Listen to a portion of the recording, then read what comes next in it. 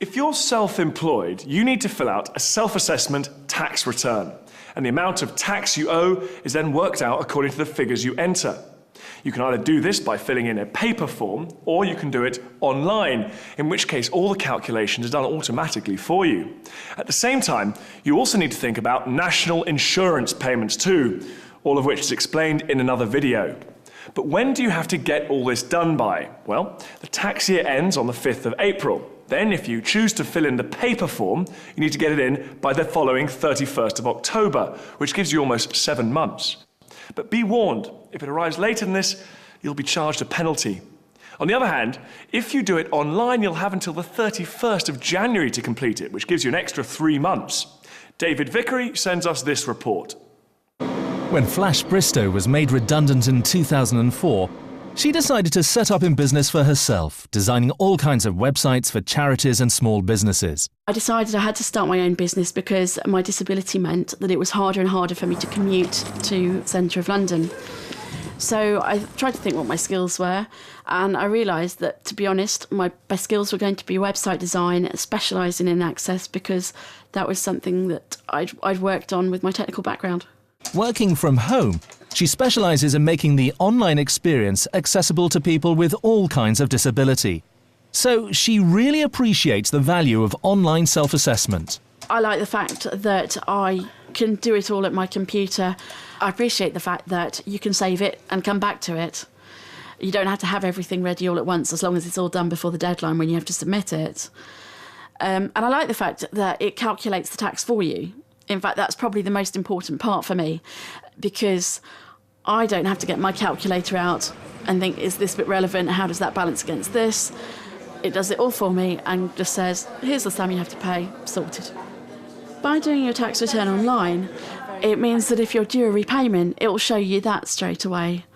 And also doing it online, you're at an advantage, because the online returns are processed much more quickly than the paper returns. So if you're due a repayment, you'll get it more quickly. Transactions stuff. Luckily, my dad's an accountant.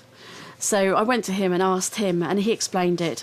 And from then on, I've known what to do, and it's been a lot more straightforward. Once you've got the first one done, the rest are easy. If you're not lucky enough to have an accountant in the family like Flash, you might decide to hire one to help you. Either way, to help you fill in your tax return online, you can use this step-by-step guide. Remember though, even when you hire an accountant or tax advisor to help out, it's still your responsibility to make sure that everything is done accurately and on time. Now, back to the studio. When you complete a self-assessment tax return, you get a statement of account, which shows how much you owe and how to pay any tax due. Not only this, it also shows you how much you've paid previously and any money Revenue and Customs has repaid to you. And if you use the online service, you can log on at any time and review your latest statement. If you set up as a partnership, which is also classed as self-employed, then each partner has to fill out their own self-assessment tax return, as well as a partnership supplementary page.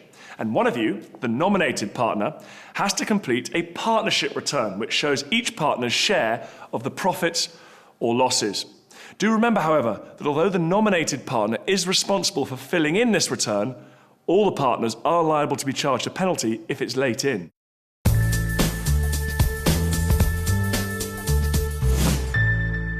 It's really important to stay on top of your tax payments. So, depending on your circumstances, Revenue and Customs may ask you to make payments on account after your first year in business.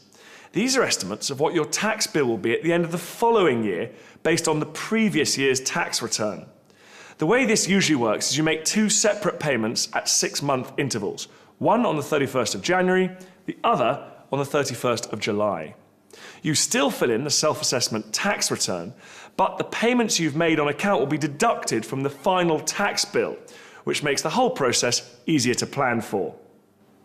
If you expect to earn a lot more or a lot less than the previous year, and you don't agree with Revenue and Customs' estimated payment amounts, you can ask for them to be changed by either filling in a form online or contacting the self-assessment helpline. And don't forget, if you do get stuck filling in your return, there's always plenty of advice and help available to ensure you get it right the first time.